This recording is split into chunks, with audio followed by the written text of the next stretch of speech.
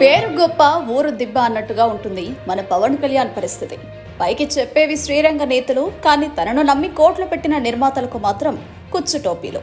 పవన్ కళ్యాణ్ వల్ల నష్టపోయిన నిర్మాతలను అడిగితే తెలుస్తుంది ఎంత దారుణంగా మోసపోయారో. పవన్ కళ్యాణ్ వల్ల ఇండస్ట్రీలో ఎవ్వరూ బాగుపడిన వారు లేరు అన్నది జనసేన నుంచి వైకాపాలోకి వచ్చిన పోతిన మహేష్ ఆరోపణ. అది ఆరోపణే అనుకుందాం. నిజంగా పవన్ వల్ల ఇండస్ట్రీలో బాగుపడిన వారు ఎవరైనా ఉన్నారా? ఇండస్ట్రీలో చాలా మంది చేయూతనిచ్చి సాయం చేసిన వాళ్ళు ఎవరు అంటే ముందుగా దాసరి పేరు, రామానాయుడు, ఈవివి, కోడి రామకృష్ణ ఇలాంటి పేర్లు వినిపిస్తాయి. అంతే తప్ప మెగా హీరోల పేర్లు అయితే కాదు.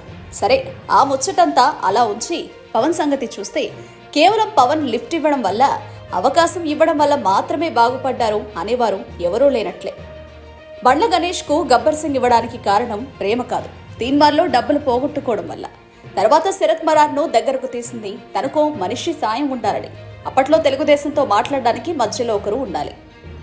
తెలుగుదేశంతో అప్పట్లో అన్ని వ్యవహారాలు శరత్ మరార్ని మాట్లాడేవారు.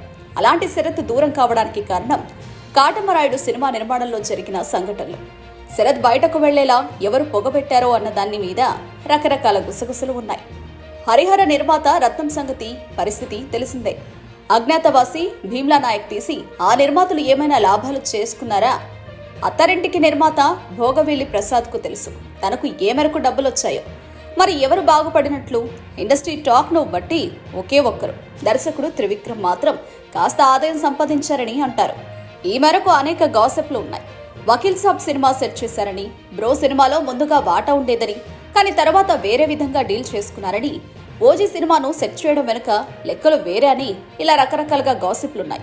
అందువల్ల పవన్ వల్ల ఇండస్ట్రీలో లాభపడింది ఎవరైనా ఉందా అంటే అది త్రివిక్రమ్ మాత్రమే అనుకోవాలేమో.